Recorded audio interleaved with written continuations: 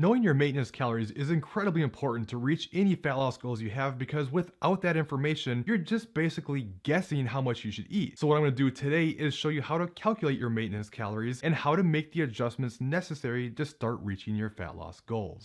Okay, there's a lot of different calculators out there, and I know it's super confusing. It can be overwhelming. You've got Mueller equations, you've got TDEE calculators, you've got macro calculators. There's all different kinds of things you can use out there. There's even people who just say, just take your goal weight or body weight and times that by 12. There's way too much variance. I know people personally who would gain weight on that many calories. And the problem with all these different things is they don't take into account things like your genetics or diet history. They don't know anything about you other than some stats that you throw at it. And this is why I hear people say things like, I'm eating in a calorie deficit, but I'm not losing weight, which is literally impossible because if you are in a calorie deficit, you are losing weight. But you say so because some calculator said this is a deficit for you and it's not working. So what I did is I actually went out there and just used 3 different calculators online, and I just wanted to see what they said. I started with the IIFYM calculator, and it said my TDEE was 2,834 calories and that I should eat 2,355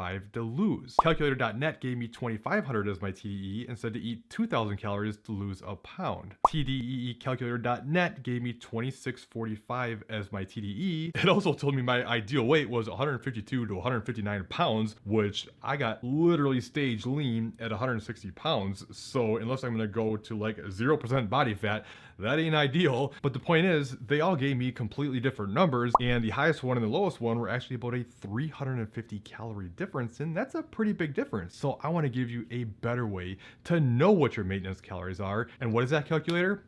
It's your own body. What you're going to do is you're going to spend the next week and you're going to continue to eat the same way you've been eating. Track it. Don't change things now that you're tracking. I understand it's just kind of human nature. You start tracking, you start cleaning things up, you eat a little bit less. Do not do that in this case. Just continue to eat the way you've been eating. And what you're gonna do is over the next week, you're gonna add up those 7 days calories, divide that by 7, and that's your average. If you've been maintaining your weight, that is roughly your maintenance calories. I'm gonna tell you how to create the deficit, but I have so many videos on this that are greatly detailed. So I'm gonna give you kind of cliff notes in this video, and I'll put one of the videos in the description below. So to start your cut, you're gonna reduce your calories by about 20 to 25% from your maintenance calories. So if you were doing a 25% reduction and your maintenance calories was 2,000, then you'd be eating 1,500 calories. Or if you're doing a 20% reduction, that would be 1,600 calories. Now you do want to prioritize protein here. There's been a lot of research showing that whether you prefer more carbs or fats really doesn't matter, but that's only if calories and protein are equated. When you don't equate protein, a higher protein diet will show better results. And there's even been research that show people who ate more calories and more protein lost more fat than people who ate less calories and less protein. So aim to eat around 1 gram per pound of your goal weight. Don't get too caught up on this and feel free to eat more. The point is get plenty of protein in. Of course, you can add in some activity. You can do a little bit more cardio. You can go out for walks. It's one of the biggest recommendations I have for activity. But the point is, once you create this, you want to be really consistent with things. And if you're not seeing results, first make sure that you're really eating what you say you're eating. This is one of the biggest struggles people have, is not accurately accounting for your intakes. So don't eyeball your portion sizes too much. Make sure you're measuring at least your calorie dense foods, not sneaking a lot of extra bites and tastes. This will kill your progress. I'm not saying you have to be perfect. I'm not saying you can't go out to eat, but when possible, accurately track your intake so you know, and then eventually your body's going to adapt. Remember, your maintenance calories is a moving target, and especially if you do a lot of dieting and you have a long history of dieting, your body's going to protect against that, and it's going to slow your metabolism down so that this new calorie level you're at eventually becomes your maintenance calories, and then you'll have to make another adjustment, dropping your calories by around another 10% or so to get the process working again. Now, with all that being said, creating a calorie deficit is never going to be easy. There's always going to be plenty of challenges along the way, but you don't need to make it harder than it needs to be either. So what I want you to do next is check out this top video, and I'll give you some tips to make your calorie deficit